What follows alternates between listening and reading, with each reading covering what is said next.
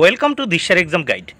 প্রিয় ষষ্ঠ শ্রেণীর পরীক্ষার্থী বন্ধুরা, তোমাদের জন্য এই ভিডিওটিতে আমি আলোচনা করতে চলেছি ষষ্ঠ শ্রেণী অর্থাৎ ক্লাস 6-এর সেকেন্ড সামাটিভ এক্সামিনেশন 2024 সালের ষষ্ঠ শ্রেণীর বা ক্লাস 6-এর ইংরেজি বিষয়ের প্রশ্নপত্র সম্পূর্ণ উত্তর সহ এই ভিডিওটিতে আমি আলোচনা করতে চলেছি, তাই অবশ্যই দেখে নিতেই হবে। Full marks 25, time 50 minute. এখানে নেম অর্থাৎ তোমরা তোমাদের নাম লিখবে, রোল নাম্বারের জায়গায় তোমরা তোমাদের রোল নাম্বার, সেকশনের জায়গায় তোমরা কোন বিভাগে পড়ো বা কোন সেকশনে সেটা লিখবে। দেখো, প্রশ্নপত্রটি সম্পূর্ণ সিসিই পদ্ধতি অনুসরণ করে তৈরি হয়েছে। এবার দেখে নেওয়া যাক। প্রথমে কি বলেছে দেখে নেওয়া যাক। Reading comprehension seen. দেখো, এটা বইয়ের থেকে একটা সিন তুলে দিয়েছে, এটা তোমরা ভালো করে পড়ে নেবে। পড়ে নেওয়ার পরে উত্তরগুলো করবে। এখানে কি বলছে? Read the following text and answer the questions given below. ভালো করে এই টেক্সটটি পড়ে নাও এবং নিচের প্রশ্নগুলির উত্তর করো। আমি মোটামুটি একবার পড়ে নিচ্ছি এটি, এরপর উত্তরগুলো করে দেওয়ার চেষ্টা করছি। ঈশান ও Phoenix, tell me about the pyramids. Phoenix, pyramid সম্পর্কে আমাকে বলো। তখন ফিনিক্স বলছে, the pyramids were funerary edifice of the pharaohs, মানে ফেরাউস আর কি। এই পিরামিড হচ্ছে ফেরাউদের কবর, মানে ফেরাউদের কবর দেয়া হয় বিশাল একটা ভবনে। এডিফাইস মানে হচ্ছে ভবন বা অট্টালিকার মধ্যে।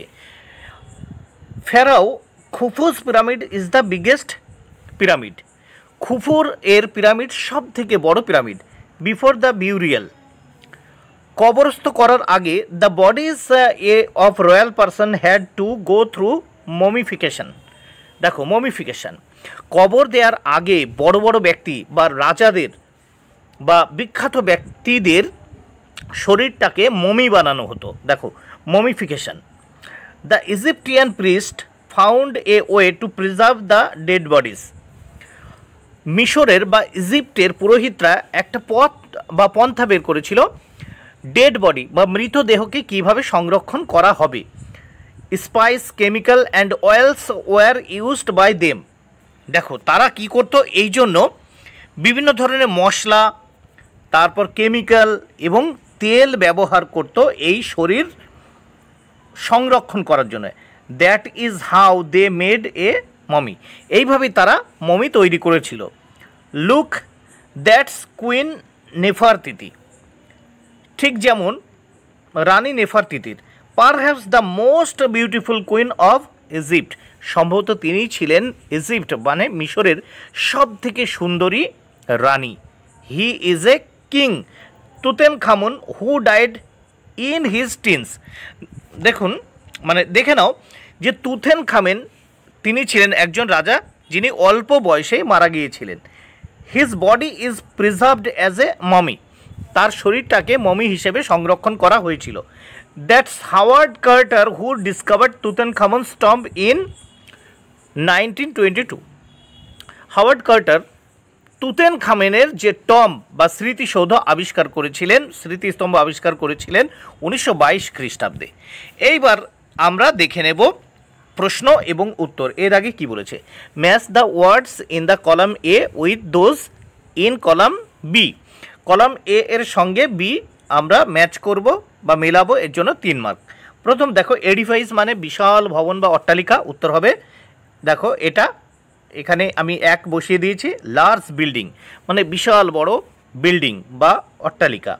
ডিসকভার মানে আবিষ্কার করা বা খুঁজে পাওয়া, এখানে ফাইন্ড মানে আবিষ্কার বা খুঁজে পাওয়া। আর 3 দেখো, রয়্যাল মানে হচ্ছে বিখ্যাত, কিংলি যাকে রাজার মতো বোঝানো হয়েছে।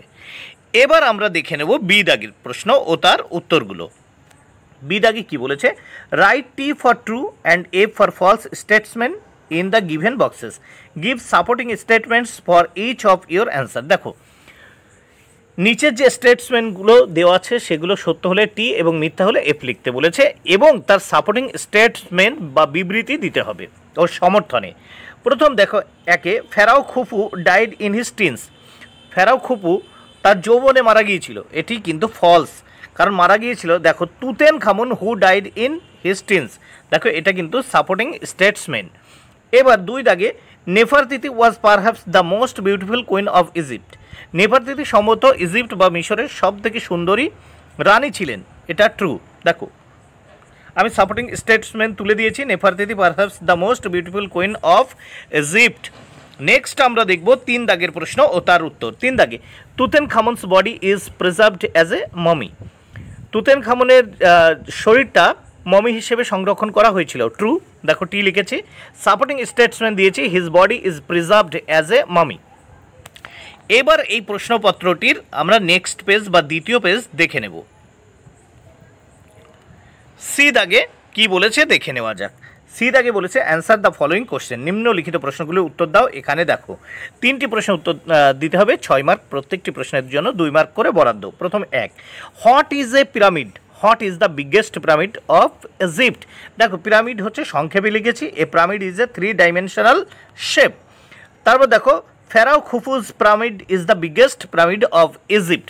দেখো খুফুর পিরামিড ছিল সব থেকে বৃহৎ পিরামিড ইজিপ্ট মানে মিশরের। 2, what did the Egyptian priest use to make a মামি। দেখো মমি তৈরি করতে ইজিপ্টিয়ান মানে মিশরের পুরোহিতরা বা ইজিপ্টের পুরোহিতরা কী ব্যবহার করতো।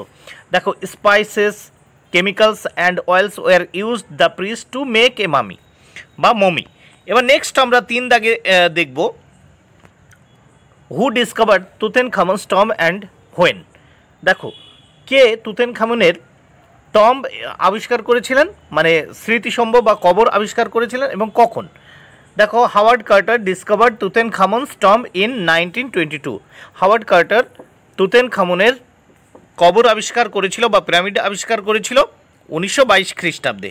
নেক্সট আমরা দেখব গ্রামার অ্যান্ড ভোকাবুলারি, এর জন্য রয়েছে কত, দেখো 5টি করতে হবে, 5 মার্ক, প্রত্যেকটি প্রশ্নের জন্য 1 মার্ক করে বরাদ্দ। প্রথম 2 দাগে ডু অ্যাজ ডিরেক্টেড আমরা করি। 1, শি ইজ এ ইউরোপিয়ান, দেখো she is a European, suitable article বসাতে বলেছিল a. 2, no news is good news, এখানে হবে ইজ, দেখো এখানে আর হবে না, no news is good news.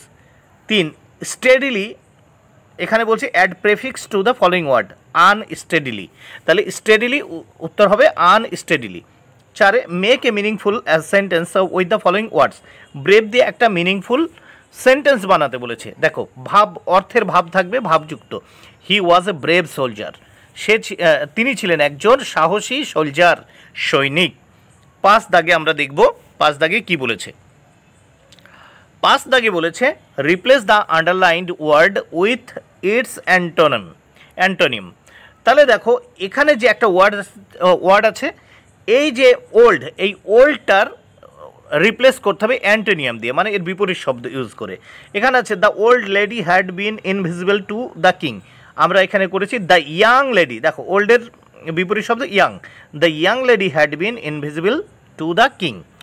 Next আমরা দেখব রাইটিং স্কিল। বন্ধুরা রাইটিং স্কিলে কি বলেছে দেখে নেওয়া যাক। এখানে বলেছে write a paragraph on 2 of your wishes that you want fulfilled. এখানে একটা প্যারাগ্রাফ লিখতে বলেছে তোমার ইচ্ছা, যেটা তুমি ফুলফিল করতে চাও, তুমি পূরণ করতে চাও সে সম্পর্কে। দেখো তাহলে এখানে 2টো ইচ্ছা আমি প্রথমে লিখছি। I have simple wishes in life but I believe when we wish sincerely it would become true. My first wish to write a book when I get big.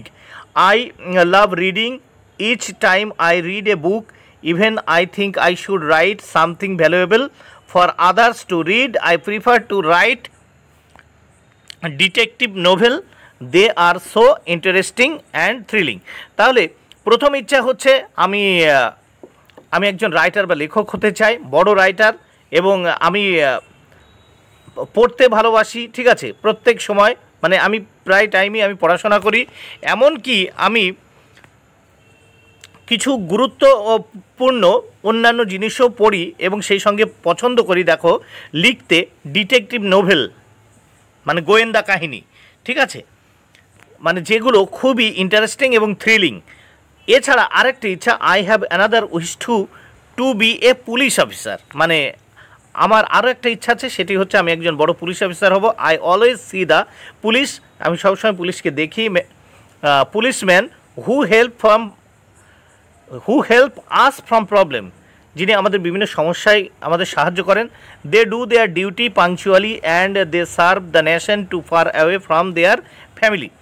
তাহলে অনেক তার পরিবার থেকে অনেক দূরে থেকে তারা কি করে, তাদের ডিউটি বা দায়িত্ব এবং কর্তব্য পালন করে এবং দেশ সেবা করে। তাহলে এখানে দুটো ইচ্ছা সম্পর্কে লেখা হলো, যেটা তুমি পূরণ করতে চাও। বন্ধুরা, ভিডিওটি ভালো লাগলে অবশ্যই লাইক কমেন্টে শেয়ার করো। Thank you very much, keep watching my channel and my video.